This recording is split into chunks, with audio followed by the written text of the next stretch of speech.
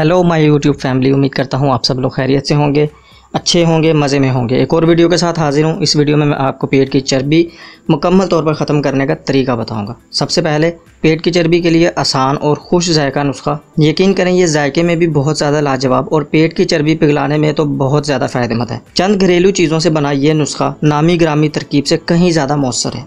पेट पर चर्बी की तय हमारी ग़िज़ाई भरमार का नतीजा है, इसलिए जहाँ जिसकी ज़रूरत हो, जैसे आग को बुझाने के लिए पानी की ज़रूरत होती है और पानी डाला जाता है, अगर पानी की जगह आप पेट्रोल डालेंगे तो आग और भड़केगी।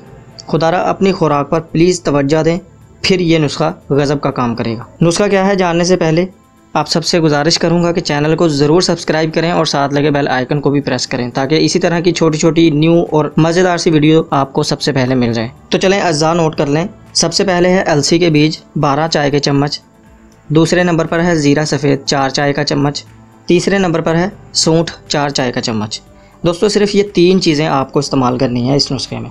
इसको बनाना कैसे है, सबसे पहले तो आपने पहली 2 चीज़ों यानी अलसी और ज़ीरे को हल्का सा भून लेना है, फिर इनको और सूंठ को बारीक सफ़ूफ बनाकर अपने पास रख लेना है। उसके बाद आपने आधी चाय का चम्मच सुबह दोपहर शाम खाने के बाद पानी के साथ इसको इस्तेमाल करना है। चंद दिनों में वाज़िया तौर पर आपको फ़र्क महसूस होगा। पेट की चर्बी तहरीर करने के लिए इसको आपने 6 हफ्ते मुसलसल इस्तेमाल करना है। उसके बाद आप फ़र्क खुद वाज़िया आप अपनी आंखों से देख लेंगे। दोस्तों ये छोटी सी वीडियो थी, बहुत ही ज़बरदस्त नुस्खा है और बहुत ही नायाब और यूनिक है। आप इसको इस्तेमाल करें, आपको बहुत ज़्यादा पसंद आएगा और उसका बहुत ज़्यादा जायका जो है ना मज़ेदार है।